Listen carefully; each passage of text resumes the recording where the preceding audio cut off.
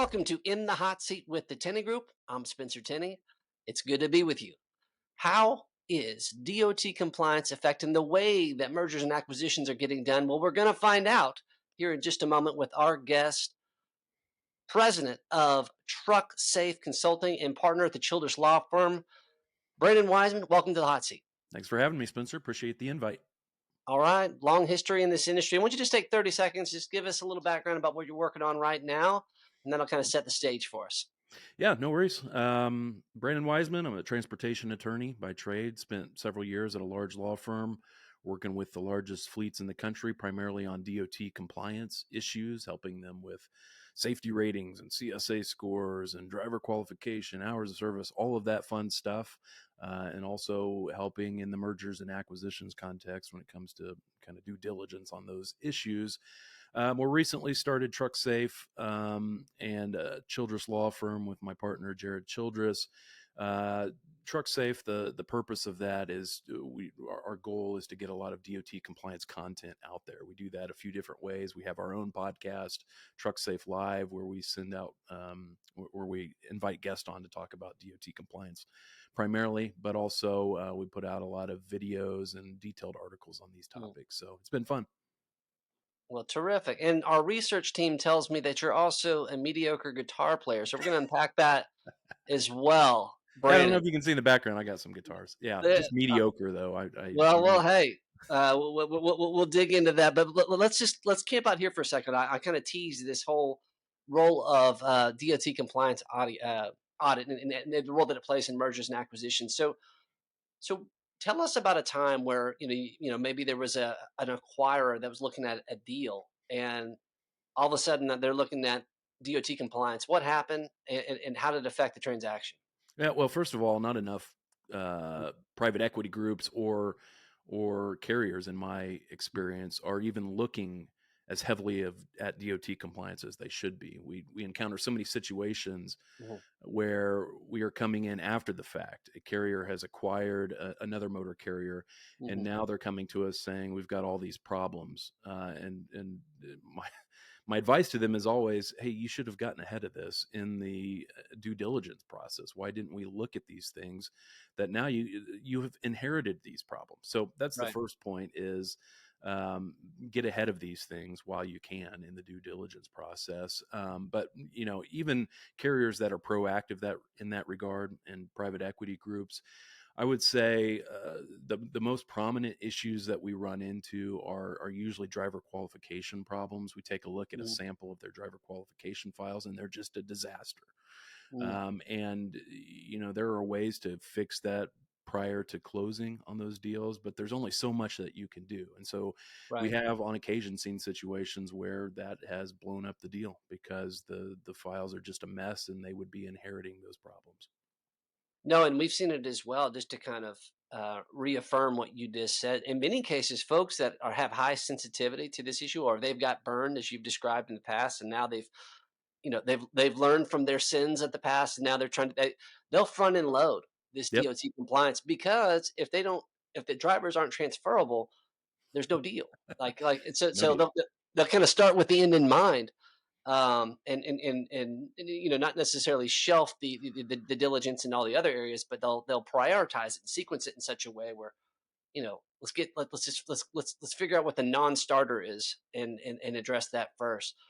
So I'm curious, what are some of the discoveries? Like you mentioned some of these just terrible records, but what are they discovering in these DOT compliance audits or just through the diligence? Well, the obvious things are going to be things that even outside the mergers and acquisitions context that others are looking at when they are looking at hiring a regulated motor carrier. For example, if I'm a shipper or a broker, there are key metrics that I'm looking at, and these also come up in the acquisitions context. And they're things like the carrier safety rating. Obviously, if they've got a less than satisfactory safety rating, then that should cause a lot of heartburn to you if you're thinking about acquiring that carrier, because a less than satisfactory safety rating can do a lot of damage.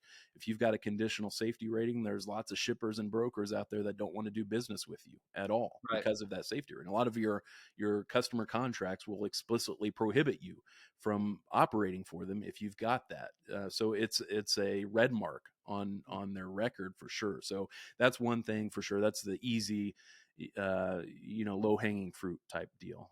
Some other things that we're looking for at the start are high out of service rates. So these are rates that are published publicly, and you could see any regulated motor carrier, you could see how frequently their vehicles or their trucks are getting placed out of service for serious safety related defects. And if they have high out of service rates higher than the national averages, then that is an indication that this carrier has systemic problems with their Mhm. compliance program, and it should be a red flag to you. So those are the easy things to check off. You could find that in a matter of minutes by looking on their DOT record. But when we start to really dig in for the carriers and the groups that are interested in looking even deeper at things, that's where we start to get into driver files and hours of service records and vehicle maintenance files, and really digging in and finding gaps in their armor, so to speak. No, that makes sense. I was just doing a little homework on your website and just kind of looking at the mission and obviously at the heart of it, just trying to make the roads safer Yeah. for all of us. And I really like the simplicity of that.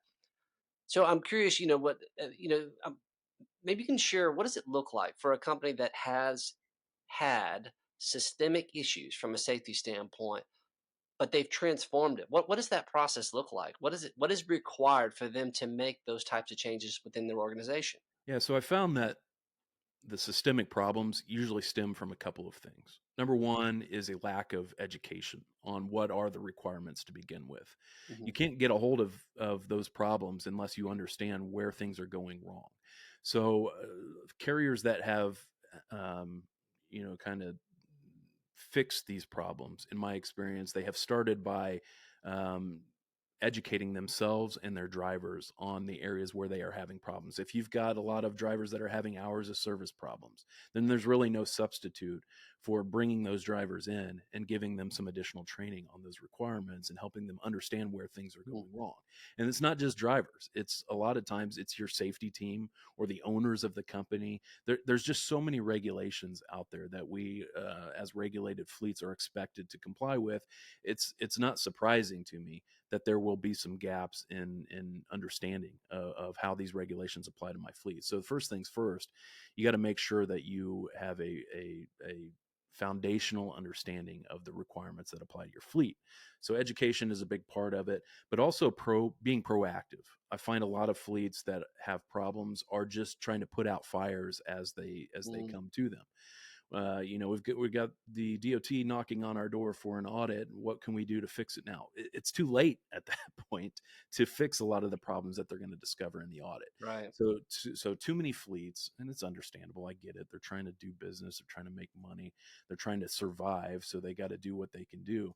But spending a little bit of time to be proactive and understanding what your safety metrics are saying about you and Mhm. starting to close gaps where you see them goes such a long way to keeping yourselves out of the crosshairs, not only on the DOT side of things. That's usually the least of my concerns. Mhm. My bigger concern is your highway accident exposure that you have, if that is you, if you have high CSA scores, if you have high out of service rates.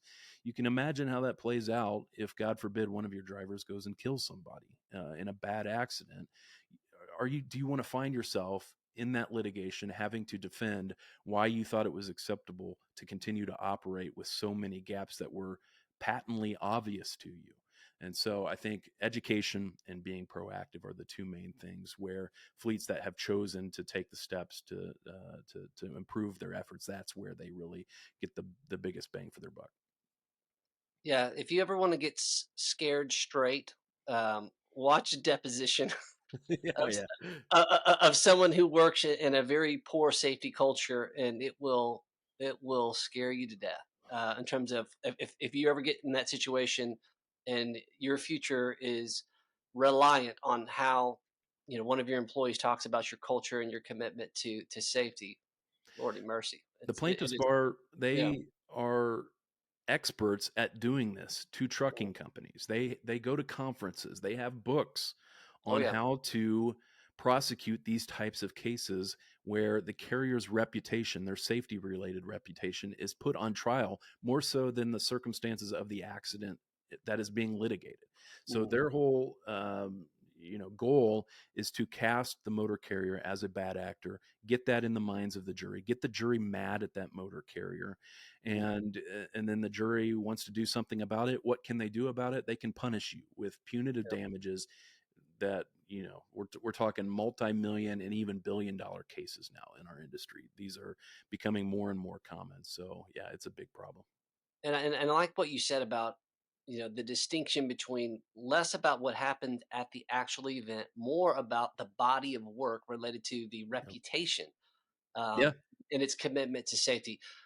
You can't emphasize that enough. So here's my question to you. Let's just say that ABC Trucking Company has a fatality today. They have a horrible reputation, but they have the opportunity to go back in time 3 years prior to this accident and start building Yep. a defensible reputation. What are the things that they're doing? What does their culture look like so that when they're in that moment, they have a defensible case against a Yeah. nuclear verdict? Well, it starts with the top down. Mm, You hear this all the time, and I've mm, said it repeatedly over and over on our show and everything we publish. It starts from the top down. If the ownership of the company, of the motor carrier, does not have buy in to safety and compliance, how could you ever expect the rest of your team to do that? You see this regularly where you've ostensibly got a safety program that is expecting drivers to comply with the hours of service rules, but you've got owners behind closed doors saying we got to get the job done no matter the cost, meaning we got drivers that need to get the job done, exceed their hours so that we can get the freight delivered. That is right. such a mixed message that is going to communicate to your safety team and to your drivers that you as the owner don't really give a crap about Mhm. these issues that you are expecting them to comply with. So if you don't have that, first of all, then you've really got no shot. But once you've got that buy-in from ownership and from top level executives, then I find that the single most important thing that you can do is to number one, make sure you understand what your data is saying about you. We've kind of already talked about this with being proactive, but you need to be closely watching all of the publicly available safety data about your fleet, your CSA scores, your roadside inspections. That is where you start. And that is where you start to look for trends, negative trends in your safety data, because that is what is going to be used to cast you as a bad actor. They're going to be looking to your SMS scores and showing that you are deficient in hours of service. And then you're going to have to explain that. So, first things first, you need to understand what your data is saying about you. Make sure you understand where you are having bad trends. And then you need to work to buck those trends and get them moving in the right direction. You can't improve what you aren't measuring, is the Mhm. classic saying. And so I think that's really what separates fleets from those that are performing poorly, are the ones who are proactive in measuring their efforts to comply and then fixing gaps as they before they balloon into systemic Mhm. problems. Really, So a couple more questions for you, Brandon. One of those being a little bit of a wild card, but you mentioned just kind of your group having a library of content. Just can you provide us a little sample of what are some of yeah. the topics along that, just to give our audience a sense of the resources that are available through your firm? So my whole idea with Truck Safe was, when I was at the firm before I started my own thing, I would regularly have fleets come to me and ask me for a resource for training, not necessarily for their drivers. There's plenty of training resources out there, good training for Mhm. drivers on how to safely operate trucks and stuff like that. But what I found was lacking in the industry was good training on regulatory compliance. What do these regulations mean? How do I interpret them as applied to my particular operations? I just didn't have a great source for that type of training. So that was kind of how we started building out our training at TruckSafe. We started with our DOT Compliance for Safety Manager course. That is our flagship course that we still offer through our TruckSafe Academy, which is training that is geared towards specifically safety managers and dispatchers and anybody that has their hand in kind of managing your DOT safety compliance program. And what do they need to know to effectively manage that program? Things like driver qualification. What does it take? What do the regulations require of me to ensure that we are putting safe drivers out on the roads? Hours of service. There can be some complexity, as we know, in the hours of service rules, particularly when you start talking about things like personal conveyance use and split sleeper berth. And so we really try and spend some time breaking those rules down. And here are some examples of how they apply in this particular type of operation, those types of things. So really getting into the nuts and bolts of the DOT regulations and making them more accessible to the folks that are expected to comply with them. That is kind of what we've built our training on. We've expanded it since we started with that course. We now have hazmat training for folks that are involved in the transportation of hazardous materials. We've got reasonable suspicion courses. So they're all really kind of aimed at safety managers and folks that are charged with complying with those regulations. No, that's great. Thanks for sharing that. So a little bit of a wild card here. Let's just imagine you and I were at a trucking conference. We're just kind of, just having a good time with folks, and the lights come out, the stage is there. They give you a guitar, and you've got one song to just melt some faces out there at that trucking conference. What song are you going to go with, I'm not Brandon? going to melt any faces, but it's definitely going to be some Bruce Springsteen song. It's probably going to be Born to Run, Uh, classic. oh, very Uh, classic. yeah, the Boss. You got to pull out some Boss when you're when you're when you're playing at the trucking conferences for sure. I think that's going to play well, Brandon. And well, I would never be invited again. So well.